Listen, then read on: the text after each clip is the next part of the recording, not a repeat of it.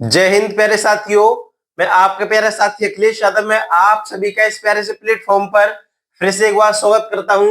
तो साथियों, इस क्लास हम करने वाले हैं ज्योग्राफी का स्पेशल प्रैक्टिस सेट, यानी इस क्लास हम करने वाले हैं ज्योग्राफी के कुछ इंपॉर्टेंट एमसीक्यू जो कि हर परीक्षा में बार बार रिपीट हुए हैं। तो साथियों, बिना टाइम वेस्ट किए हम अपनी क्लास को शुरू करेंगे।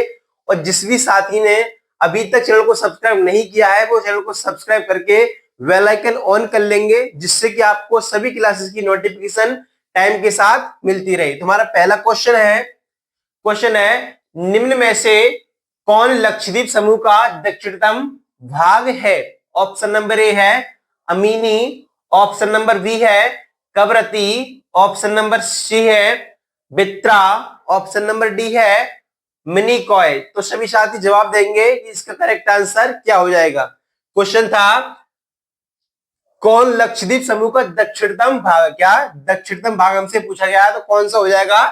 वो होगा मिनिकॉय। क्या हो जाएगा? मिनिकॉय इसका करेक्ट आंसर हो जाएगा। क्या हो जाएगा? Option number D. क्या मिनिकॉय इसका दक्षिणतम भाग हो जाएगा किसका? लक्षद्वीप का। ठीक है, नेक्स्ट क्वेश्चन देखेंगे। नेक्स्ट क्वेश्चन है गोवा राज्य का कुल क्षेत्रफल कितना है? यानी गोवा राज्य का कुल क्षेत्रफल कितना है हमसे पूछा गया है। गोवा जो है वो भारत का सबसे छोटा राज्य है, जबकि भारत का सबसे बड़ा राज्य जो है वो कौन सा है? वो हो गया राजस्थान। क्या हो जाएगा? राजस्थान। यानी कि इसका करेक्ट आंसर क्या हो जाएगा? ऑप्शन नंबर ए दे रखा है 2702 kilometre square, option number B दे रखा है 3702 kilometre square, option number C दे रखा है 4702 kilometre square, option number D दे रखा है 1702 किलोमीटर स्क्वायर। तो इसका करेक्ट आंसर क्या हो जाएगा? ऑप्शन नंबर बी, यानी गोवा का क्षेत्रफल है वो कितना है? वो हो जाएगा 3702 किलोमीटर स्क्वायर। कितना? यानी कि ये सबसे छोटा राज्य क्षेत्रफल के हिसाब से। किससे? क्षेत्रफल के हिसाब से गोवा जो है वो भारत का सबसे छोटा राज्य है। अगर पूछा जाएगा कि जनसंख्या के हिसाब से भारत का सबसे छोटा राज्य कौन सा है, तो हो जाएगा सिक्किम। क्या हो जाएगा? सिक्किम। यहां लिख लेंगे हम। इनकी पहले देखेंगे हम भारत के 5 बड़े राज्य, यानी भारत के 5 बड़े राज्य देख ले रहे हैं हम क्षेत्रफल की दृष्टि से। किससे? क्षेत्रफल की दृष्टि से। किससे? क्षेत्रफल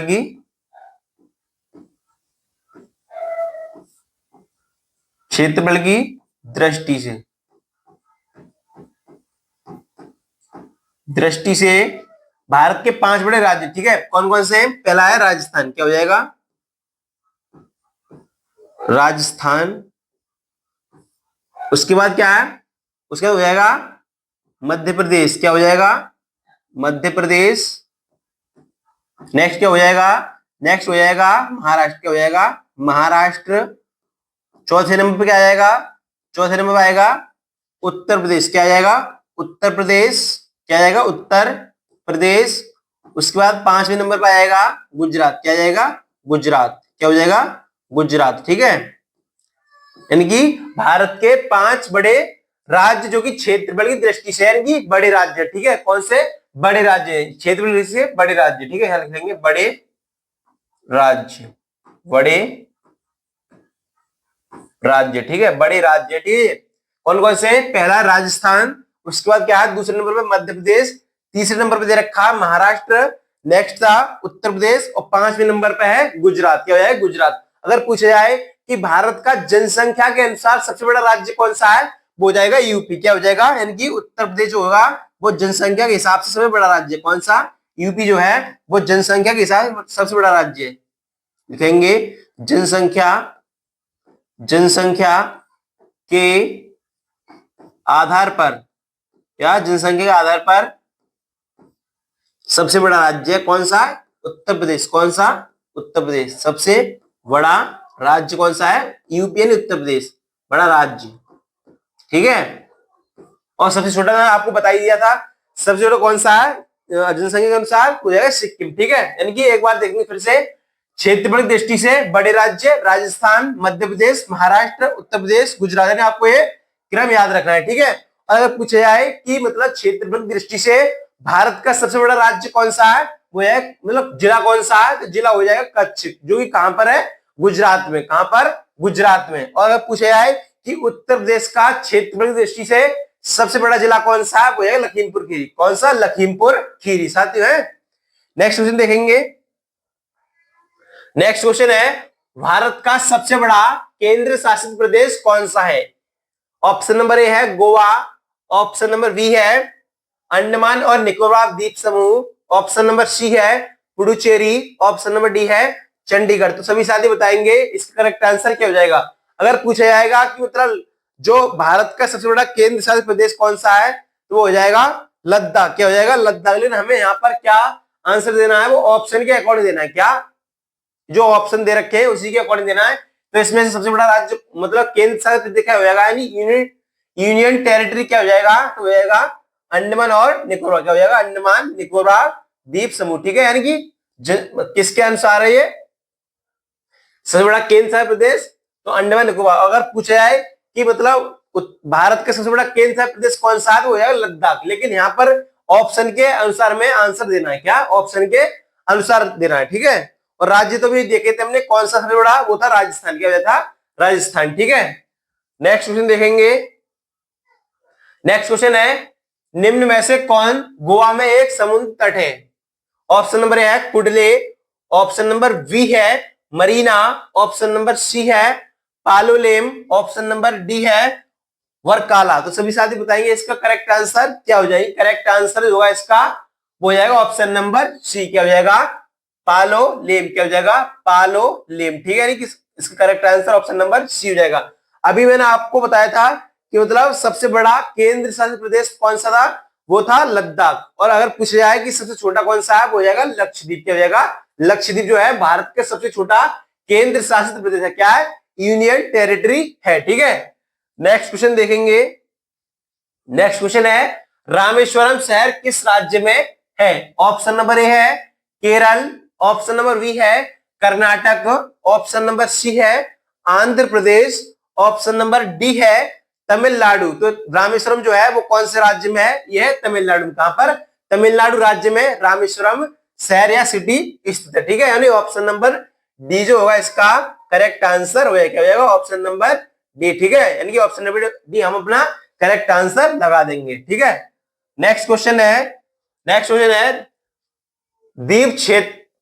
द्वीप क्षेत्रों सहित भारत के समुद्र तट की अनुमानित लंबाई कितनी है? ऑप्शन नंबर ए है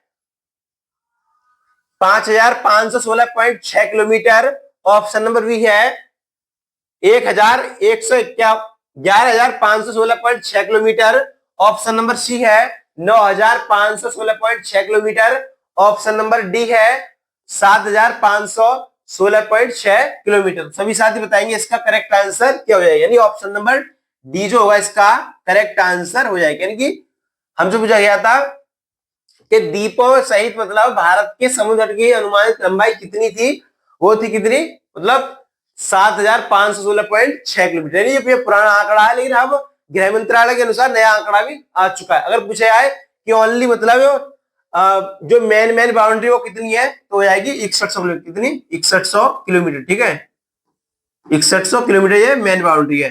अगर पूछा जाए कि द्वीपों सहित, तो द्वीपों सहित हम ये लगाएंगे। लेकिन अब नया आंकड़ा आ चुका है, अगर वो दे रखा है नया वाली तो वो लगाएंगे, अगर ये पुरानी उसमें दे रखी है तो पुरानी लगाएंगे। यानी दोनों एक साथ नहीं दे रखी होंगी। ठीक है, नेक्स्ट क्वेश्चन देखेंगे।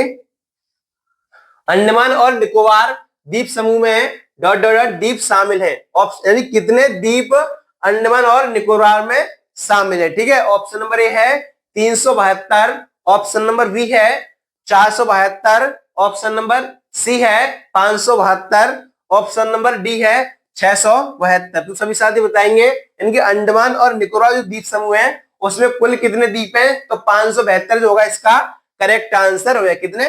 572 द्वीप है। ठीक है, ऑप्शन नंबर सी इसका करेक्ट आंसर हो जाएगा। ठीक है, नेक्स्ट क्वेश्चन देखेंगे।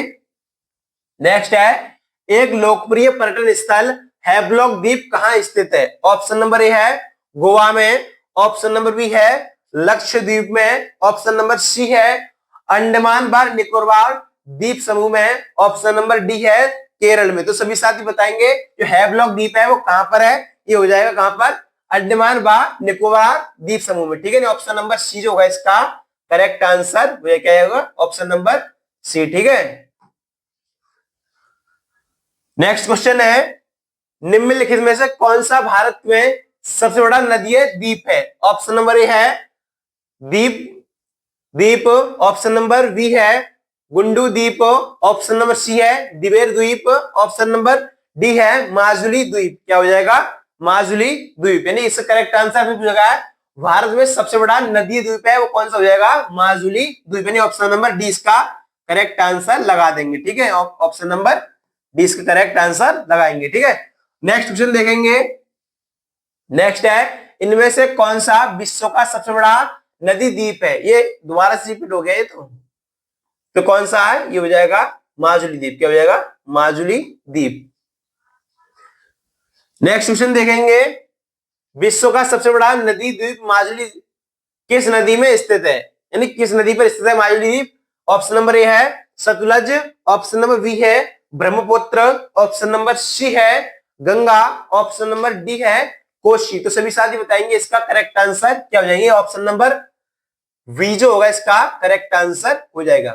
ठीक है बाकी यहां पर इसके बारे में, गंगा के बारे में देखेंगे।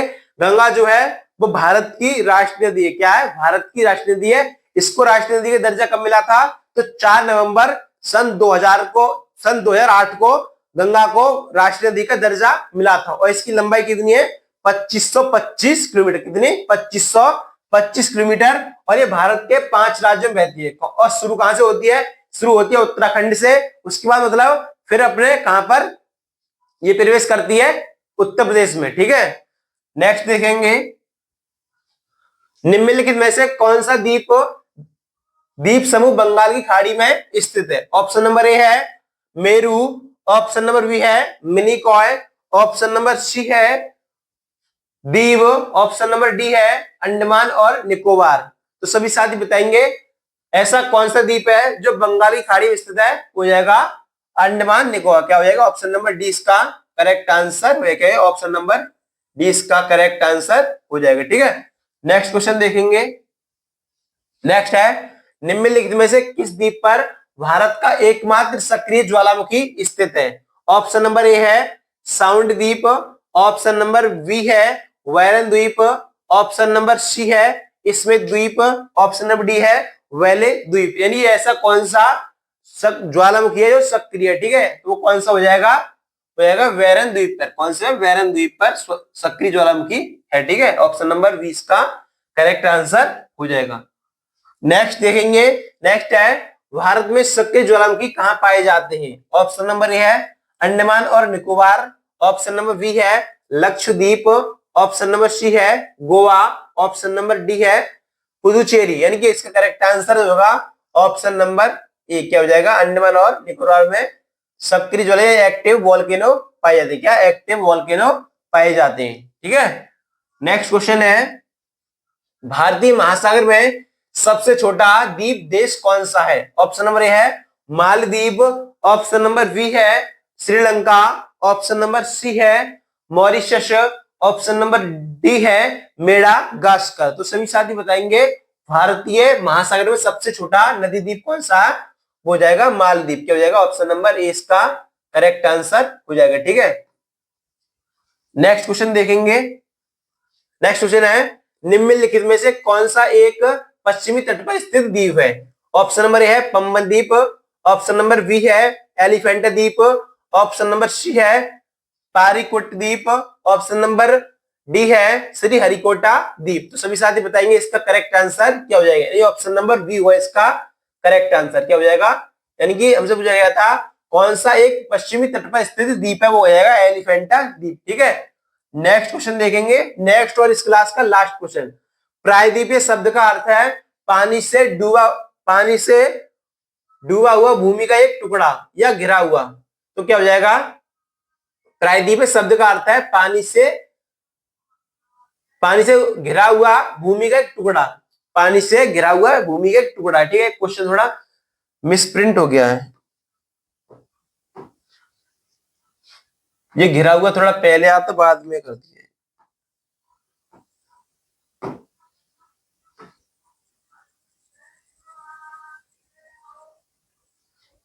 पानी से घिरा हुआ क्या हो जाएगा? घिरा हुआ भूमि का एक टुकड़ा। यहाँ सही कर लेंगे।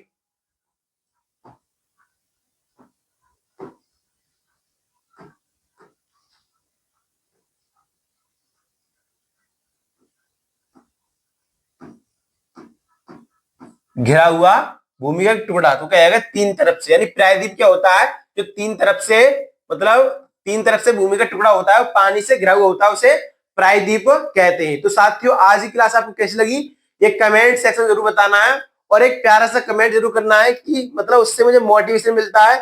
और एक कमेंट सेक्शन में जवाब देना है क्वेश्चन को, यानी क्वेश्चन है, मैं पूछ ले रहा हूं आपसे अभी। क्वेश्चन है वेरन, जो बैरन द्वीप है वो कहां पर स्थित है, क्या बैरन द्वीप जो है वो कौन से मतलब आइलैंड पर स्थित है। तो साथियों मिलते हैं नेक्स्ट क्लास में, तब तक के सभी प्यारे साथियों को जय हिंद।